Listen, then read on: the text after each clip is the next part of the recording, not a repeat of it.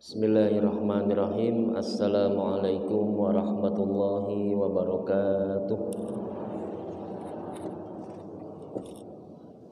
Alhamdulillah, wassalatu wassalamu ala rasulillah. Asyhadu an la ilaha illallah wahdahu la syarikalah, wa asyhadu anna muhammadan abduhu wa rasuluh, la nabiyya wa la rasula ba'dah. Qala Allah Ta'ala fil Qur'anil Karim, a'udzu billahi minasyaitonir rajim. Wa atakum min kulli ma sa'altumuh wa in ta'udu ni'matallahi la tuhsuha. Innal insana ladzalumun kafar. Shadaqallahul azim. Wa qala a'udzu billahi minasyaitonir rajim. Faman kana yarju liqa'a rabbih falyamal amalan sholihan wa la yusrik bi ibadati rabbih ahada. Wa qala a'udzu billahi minasyaitonir rajim. Ya ayyatuhan nafsul mutmainnah irji'i ila rabbiki radiyatan mardiyah fadkhuli fi ibadi wadkhuli jannati. Jamaah rahimakumullah, yang pertama dan utama, marilah kita senantiasa mensyukuri nikmat Allah, karena atas limpahan rahman dan rahimnya pada pagi hari ini kita masih diberi kekuatan, diberi kesehatan, dan yang paling utama adalah diberi kesempatan. Kesempatan artinya kehidupan. Dan kehidupan adalah kesempatan untuk memperbaiki diri, untuk meningkatkan iman dan takwa, untuk meningkatkan ibadah kita. Karena ketika kita sudah tidak punya kehidupan, berarti kita sudah tidak punya kesempatan. Maka mumpung kita masih diberi kehidupan, berarti kita masih sempat untuk memperbaiki diri. Sehingga kesyukuran adalah merupakan keniscayaan. Salawat dan salam semoga tetap tercurah pada junjungan kita Nabi Muhammad sallallahu alaihi wasallam, Nabi yang terakhir yang tidak ada seorang nabi pun setelah kenabian beliau. Jamaah rahimakumullah, alhamdulillah pada pagi hari ini kita bisa melaksanakan pengajian meskipun ada himbauan, seruan, tapi insya Allah kita masih bisa menjaga 5 protokol kesehatan. Maka tidak perlu terlalu dikhawatirkan. Takut itu boleh, khawatir itu boleh, tetapi jangan keterlaluan. Karena segala sesuatu kalau sudah terlalu itu tidak baik.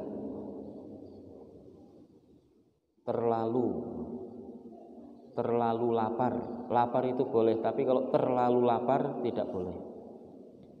Kenyang itu boleh, tapi kalau sudah terlalu kenyang itu tidak baik. Nah, jadi jangan sampai segala sesuatu itu sampai terlalu. Kalau orang Jawa mengatakan loh terlalu temen, itu berarti sudah tidak baik itu. Maka jamaah rahimakumullah, pagi hari ini kami akan menyampaikan tentang bahwa manusia itu merupakan makhluk yang paling sempurna. Ini pengembangan apa yang kami sampaikan, mengembangkan yang ada di dalam Suara Muhammadiyah, yaitu khutbah Jumat. Kalau di situ judulnya berdialog dengan hati. Artinya terkadang manusia itu lupa untuk melibatkan hati kita. Manusia itu kadang-kadang lupa bahwa di dalam diri kita itu ada yang disebut dengan panglima. Sehingga Rasulullah sallallahu alaihi wasallam menyampaikan, ala fa inna fil jasad mudghah. Ketahuilah bahwasanya di dalam hati itu ada segumpal daging. Wa idza saluha sairul jasad wa idza fasada sairul jasad. Kalau segumpal daging itu baik, maka akan baik seluruh organ tubuh kita. Kalau segumpal daging itu rusak, maka akan rusak pula seluruh sekujur tubuh kita. Ala fa innaha al-qalb. Ketahuilah bahwa sesungguhnya dia itu adalah hati. Jadi hati yang ada di dalam diri kita ibaratkan itu adalah panglima perangnya. Kalau panglima ini semangat, maka sekujur tubuh kita juga semangat. Kalau panglima ini lemah, maka sekujur tubuh kita juga lemah. Tadi malam ketika dalam satu perjalanan, kemudian kebetulan ada yang tidak memakai masker, kemudian berhenti di apotik untuk membeli masker karena malam-malam. Lah, ketika di apotik itu ada satu tulisan yang bagus sekali itu.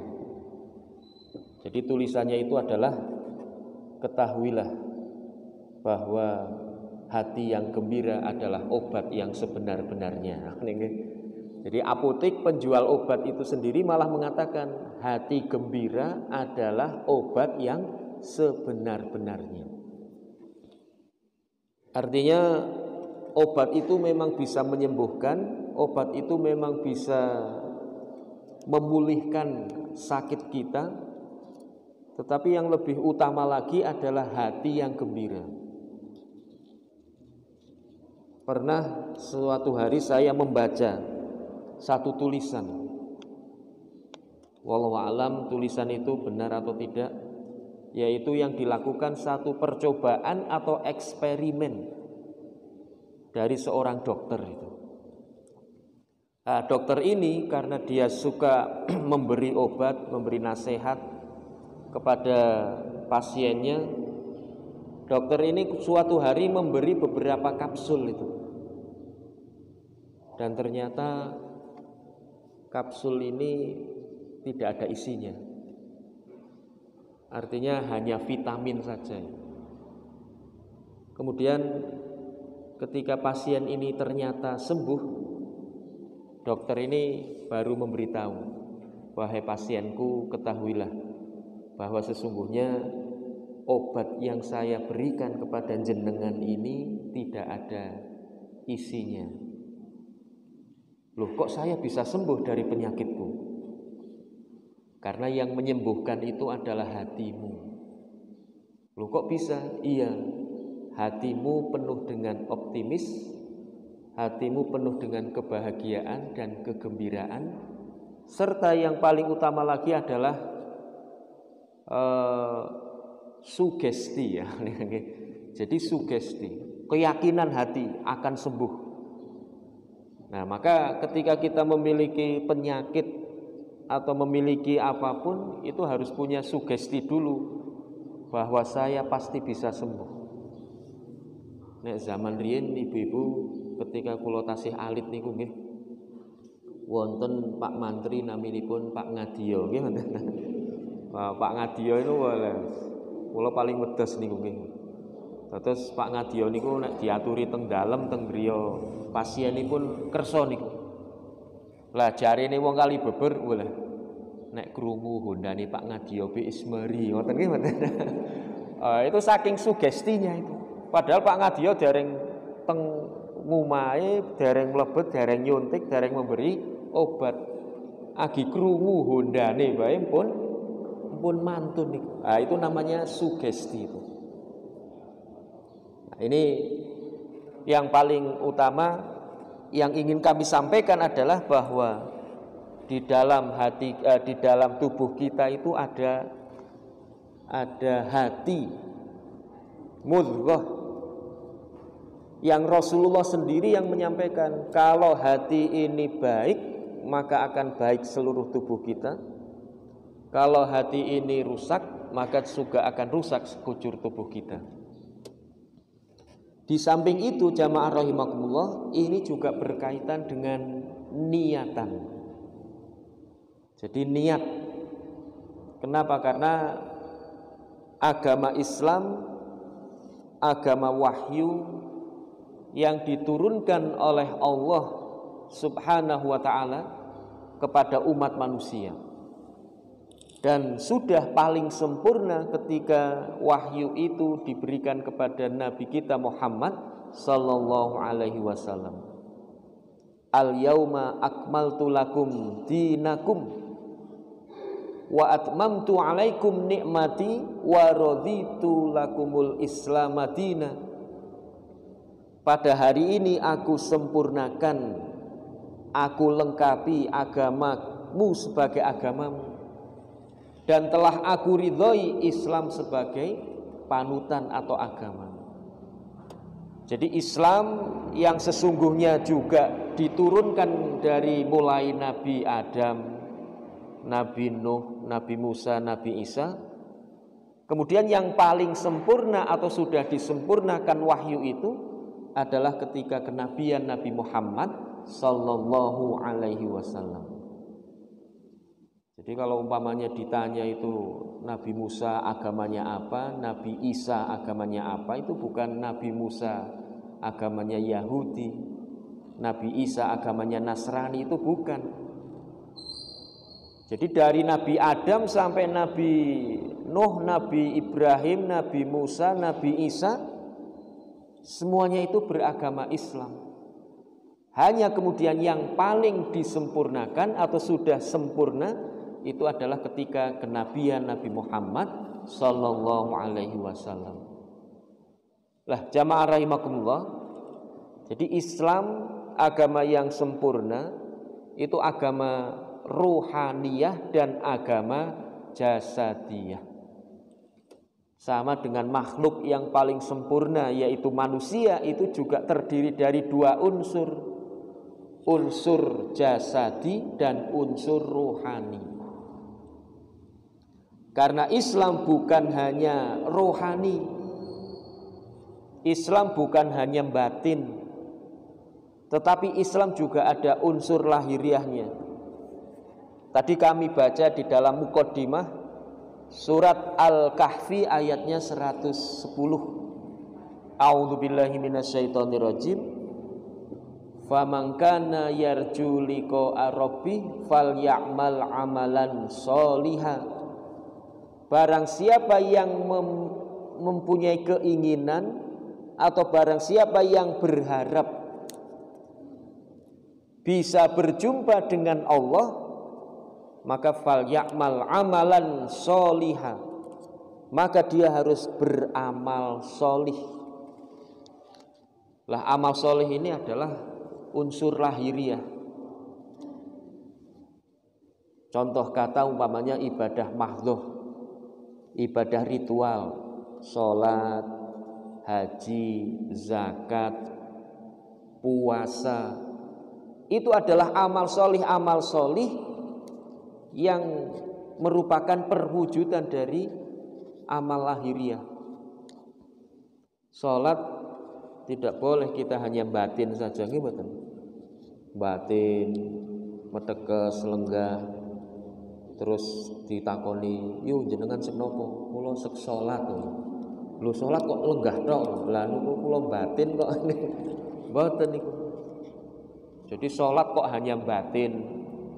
Haji batin, momen niki.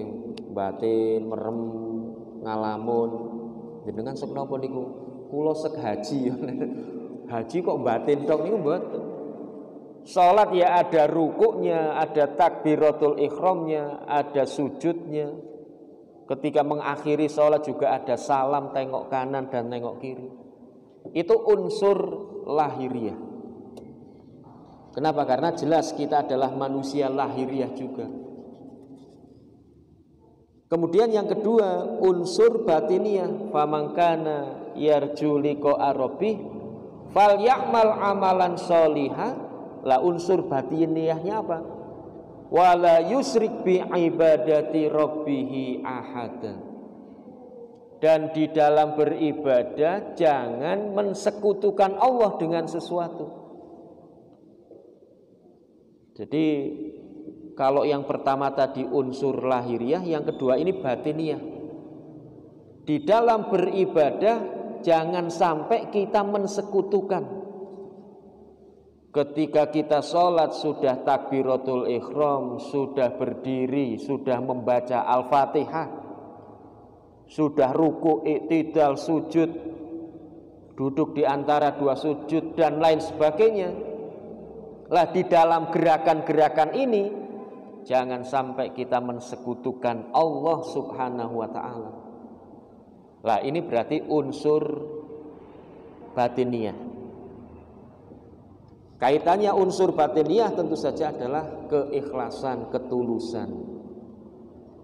Jadi sholat itu bukan hanya gerakan-gerakan saja, tetapi juga ada niatan yang ikhlas, niatan yang tulus. Jamaah rahimakumullah, sehingga makhluk yang disebut dengan manusia itu juga disebut dengan makhluk yang paling indah. Laqad khalaqnal insana fi ahsani taqwim. Sungguh telah aku ciptakan manusia dalam bentuk yang seindah-indahnya, dalam bentuk yang sebaik-baiknya, dalam bentuk yang sesempurna-sempurnanya. Lah pertanyaannya, di mana keindahan manusia? Lah keindahan manusia itu karena dilengkapi oleh Allah dengan dua dimensi atau dua hal yang saling melengkapi. Yang pertama adalah jasadiyah, yang kedua adalah ruhaniyah.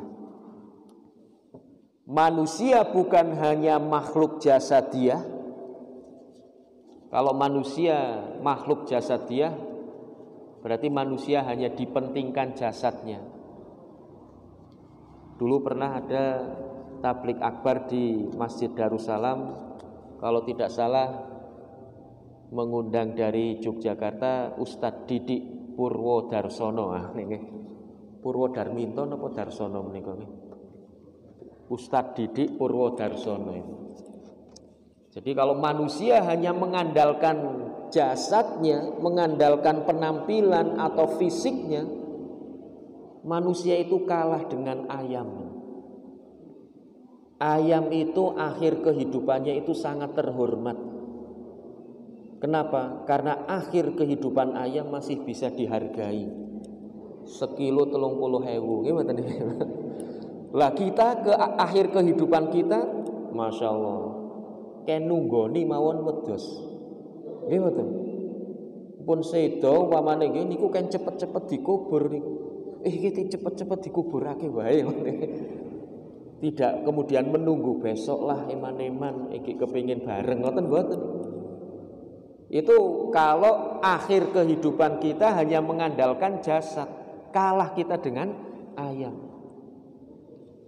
Di kilo tesih wonten regine nggih mboten. Ayam sekilo 30.000. Lah akhir kehidupan ayam terhormat di mana? Di perut manusia. Iya. Lah kalau akhir kehidupan kita 2 kali 1 meter terus dikebumikan di dalam tanah, di situ nanti dimakan cacing dan lain sebagainya. Kalau akhir kehidupan ayam masih mendingan di tubuh manusia. Tapi jangan dilanjutkan nih. Lebar weteng jurno pun niku ampun. Niku itu ayam masih terhormat, masih ada harganya. Kalau hanya jasad dia, sehingga manusia bukan hanya makhluk jasad, tetapi juga makhluk rohani. Jadi kalau kita hanya mengandalkan jasad, kalah kali binatang. Humul kal an'am bal hum adhallu sabila. mereka seperti binatang kalau hanya mengandalkan jasad, bahkan lebih rendah daripada binatang. Loh, kok lebih rendah? Artinya di bawah binatang. Pamanipun kekuatannya saja kalah dengan binatang. Coba kalau kita umpamanya dibandingkan, kita kalau tidur di rumah itu kan perlu kasur yang empuk, perlu selimut yang tebal, perlu bantal yang besar, nggih. Walah bapak-bapak, ibu-ibu nek sehari kok mboten ngagem kasur, selimut, bantal, mungkin dalu umpamane niki kan keramike enggal nggih mboten. Oh, senes keramik niku granit. Sudah ada peningkatan niki nggih Mas. Niki granite enggal niku. Bapak-bapak mungkin dalu niki mumpung tasih enggal, wonten napa mboten sari teng masjid, mboten usah kasuran, bantalan, selimutan. Sing wantun angkat tangan mungkin dalu nginep teng masjid, granite enggal, mumpung tesih enggal, mboten usah selimutan, bantalan, kasuran. Sing wantun nonton mboten niki. Mboten enten nggih. Ndak ada yang berani itu. Kenapa? Karena fisik kita itu lemah. Punate tumon sapi, kebo, wedhus umpamane nggih. Anggenipun sari, bantalan, selimutan, terus kasuran apa mboten ibu-ibu? Mboten. Ndak ada selimutnya, ndak ada bantalnya, di kandang nggih. Kandang ngene hari niku teng lempong, masyaallah. Ndak perlu selimut, ndak perlu bantal. Kuat, sehat, tidak masuk angin. Jadi dari fisik saja manusia lemah, kalah dengan binatang. Maka kalau beli mobil niku kan standaripun apa? Standarnya itu kan 100 tenaga kuda atau 1000 tenaga kuda. Gimana? Horsepower, tenaga kuda. Mboten nenten 1000 tenaga manusia, mboten enten iki. Ndak ada itu. Kenapa? Karena kekuatannya kalah dengan binatang. Nah, ini kekuatan, belum penampilan. Penampilan juga kalah. Jadi jangan kemudian mentang-mentang manusia kita lebih indah dari binatang niku mboten. Pitados napa mboten ibu-ibu? Kalau kita itu sebetulnya penampilannya kalah dengan binatang. Contohnya ngoten nggih, pun kula pernah sampaikan ini. Idul Kurban. Panitia kurban Pak Isna ini tumbas sapi. Regane 50 juta. Wah. Kinten-kinten nek kurban kok regine 50 juta, sapine gedhe napa mboten Bu? Gedhe, bol nggih mboten. Wah, sapine gedhe, dhuwur, putih, lemu. Dituntun teng lapangan. Ibu-ibu pasti akan mengatakan, Masya Allah, sapi ini gigah banget. Nggih mboten? Rego 50 juta, putih, gede, dhuwur. Kita pasti akan mengatakan, Masya Allah, sapi ini pol gigahi. Sekarang giliran umpamanya, sing nuntun sapi, ora klamben, ora katokan. Ampun dibayangaken niku nggih ibu-ibu nggih. Sing nuntun sapi ora klamben, ora katokan. Nuntun sapi sing gagah, besar, tinggi. Kira-kira ibu-ibu ajeng ngendika ngoten napa mboten? Masyaallah kae sing nuntun gagah temen ngoten napa mboten? Tidak mungkin nggih mboten. Padahal sapi mboten klamben, mboten katokan, ning pun dikatakan gagah. Suatu hari Pak Khozin, nah, Pak Khozin jadi panitia penganten. Karena jadi panitia pengantenan, terus kan nopo ngagem jas, ngagem dasi, ngagem sepatu, kopiah.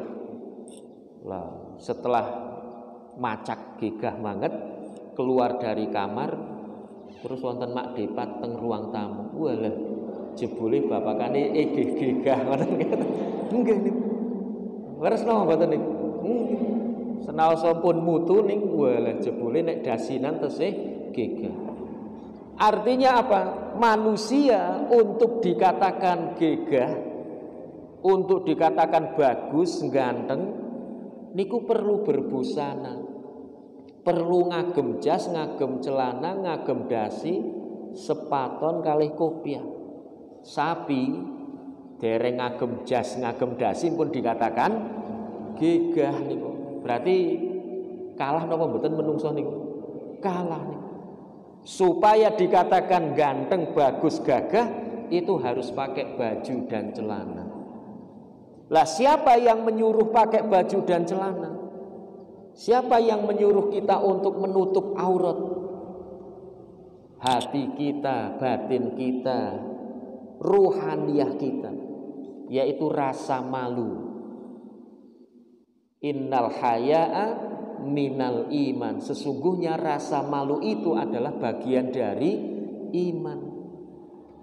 Maka setelah kita mengandalkan atau memiliki fisik, kita juga harus mengaktifkan atau nguri-uri yang namanya batiniyah. Kalau hanya fisik itu manusia kalah dengan binatang. Sehingga supaya tidak kalah dengan binatang, kita harus merawat batin kita, merawat hati kita. Sehingga jamaah rahimakumullah, surat Al-Kahfi 110 niku unsurnya dua. Famangkana yarju liqa rabbih falyamal amalan sholiha. Itu artinya fisik. Lah fala yusrik bi ibadati rabbih ahada, itu artinya rohaniyah kita. Janganlah mensekutukan segala sesuatu atau Allah dengan segala sesuatu. Nah, niki ingkang sepindah menika nggih. Terus wonten mukadimah kula maos nggih menika surat Al-Fajr ayat-ayat yang terakhir. A'udzubillahi minasyaitonirrajim. Ya ayyatuhan nafsul mutmainnah irji'i ila rabbiki radiyatan mardiyah fadkhuli fi ibadi wadkhuli jannati. Ini biasanya kadang-kadang dibaca oleh Pak Kiai, Ustadz atau Mudin menika. Mudin, orang yang ngurusi jenazah. Itu mukadimah pembicaraannya atau khutbahnya atau pidatonya itu menggunakan ayat ini. Ya ayyatuhan nafsul mutmainnah irji'i. Sebetulnya orang yang sudah meninggal tidak dikatakan kembalilah, itu sudah kembali, gimana? Hai nafsu yang tenang atau hai jiwa-jiwa yang tenang, kembalilah kepada Tuhanmu. Ini orang meninggal itu sudah kembali. Maka ketika ada orang meninggal, innalillahi wa inna ilaihi raji'un. Sesungguhnya kita milik Allah dan akan kembali kepada Allah. Lah yang paling utama sebetulnya kalimat atau ayat ini kembali kepada diri kita yang belum kembali kepada Allah, yang masih hidup. Nah, menikah. Ya ayyatuhan nafsul mutmainnah, wahai jiwa-jiwa yang tenang, irji'i ila rabbiki radiyatan mardiyah. Nah, ini pemahamannya harusnya kita balik itu. Supaya kita mendapatkan jiwa yang tenang. Nah, ini lagi. Supaya hati kita tenang, jiwa kita tenang, batiniah kita tenang. Irji'i ila rabbiki, kembalikan kepada Tuhanmu.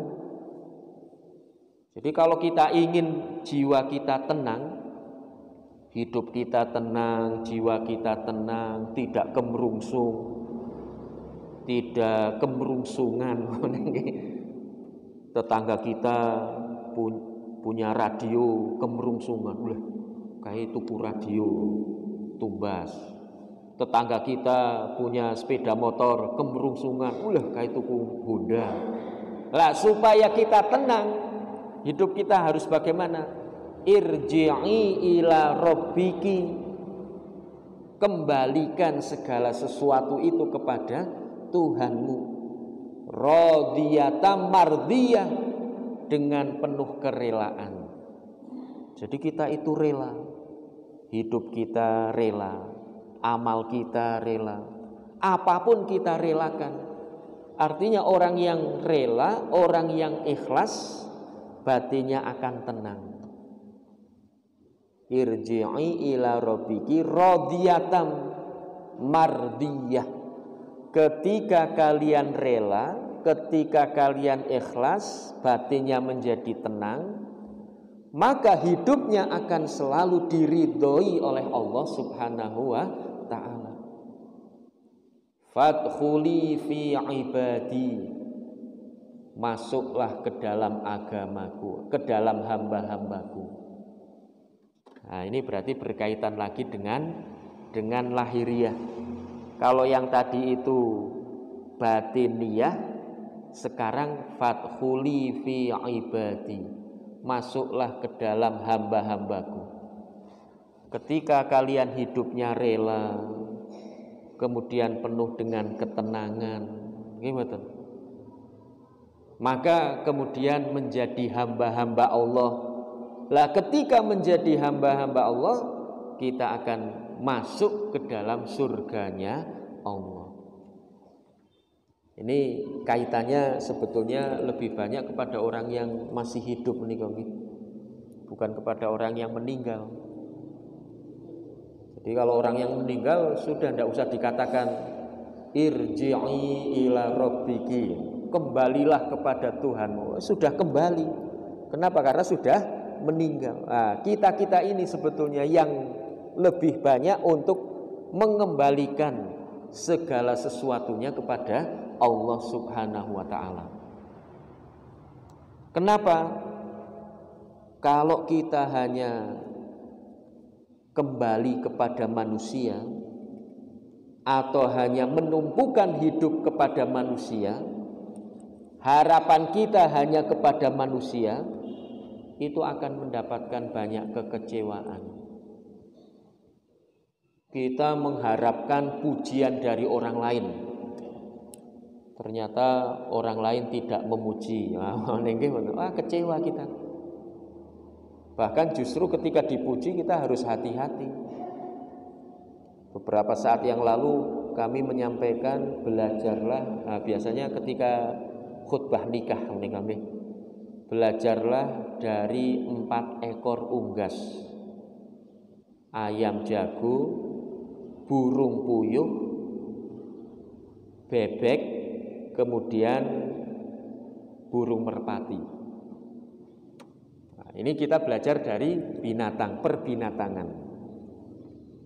Kenapa? Karena Allah menyampaikan innallaha la yastahyi ayyadriba mathalam ma ba'udatan fama fauqaha.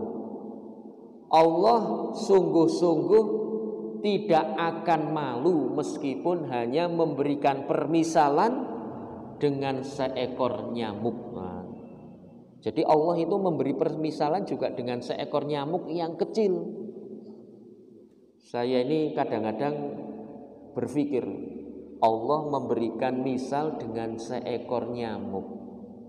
Lah apa yang kita ambil hikmahnya dari nyamuk? Gimana Ibu-ibu? Nyamuk itu kan biasanya gatel gitu. Kalau menclok ke tubuh kita, kita usir. Sebelum datang juga kita beri obat nyamuk.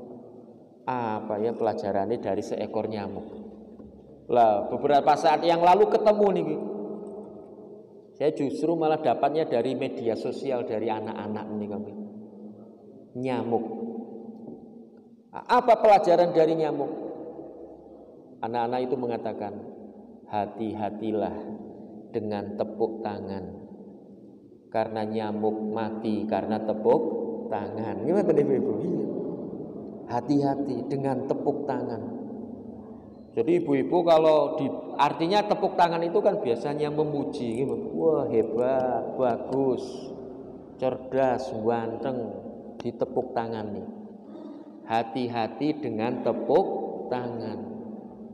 Kenapa? Nyamuk mati karena tepuk tangan. Artinya apa? Ketika kita dipuji oleh orang lain, kita harus berhati-hati. Kenapa? Kalau kita sampai kemudian senang, apalagi meningkat menjadi bangga, apalagi meningkat lagi menjadi takabur, Masya Allah, hilang seluruh amaliyah kita. Na'udzubillahi min dzalik. Maka istilahnya hati-hati dengan tepuk tangan, nyamuk mati gara-gara tepuk tangan. Kalau kita senang dengan pujian orang lain, ini berpotensi mengurangi pahala-pahala kita. Olah jenengan jan Masya Allah pol semangati, semangat, pinter, merantasi lah pokoknya nggih mboten. Kalau kita kemudian wah siapa dulu mboten nggih, ini akan hangus pahala-pahala kita. Nggih niku. Maka kita harus berhati-hati. Allah minta maaf ketika seorang pejuang di jalan Allah, seorang tentara mengangkat senjata, berperang, memerangi orang kafir. Orang kafirnya kalah, nggih mboten. Kemudian pasukannya menang, datang jenderalnya ini kepada Allah. Ya Allah, saya memimpin perang, saya mengangkat senjata, memperjuangkan agamamu ya Allah. Sekarang saya di hadapanmu ingin tahu pahala saya apa. Apa kata Allah ketika nanti kelak di akhirat? Kamu tidak dapat apa-apa dariku. Loh kenapa ya Allah? Karena kamu berperang supaya dikatakan pahlawan. Wah, na'udzubillahi min dzalik.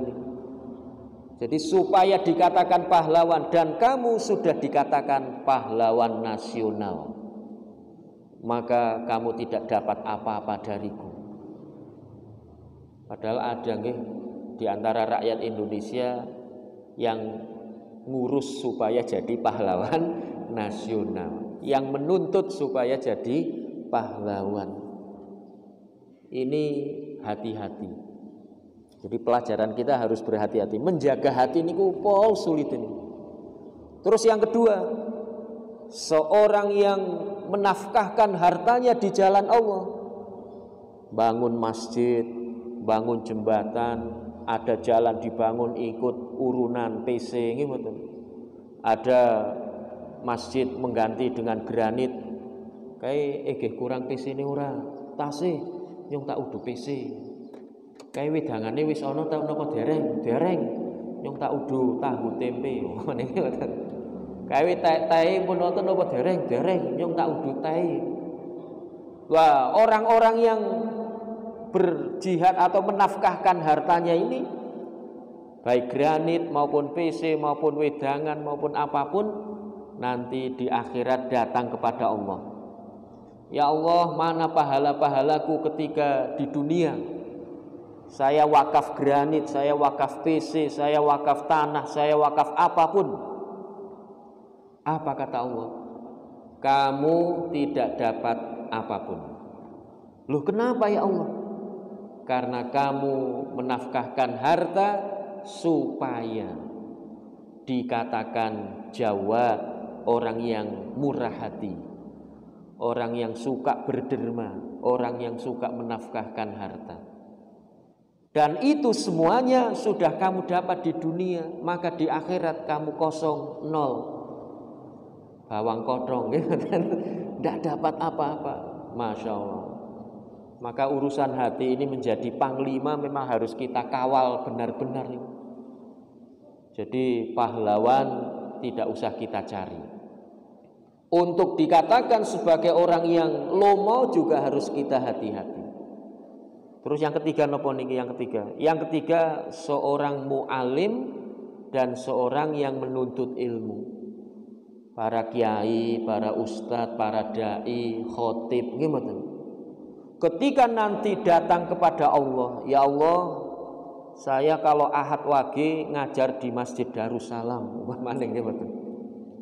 saya kalau Ahad Pon jadi khotib di Masjid Darussalam, mana pahala saya ya Allah?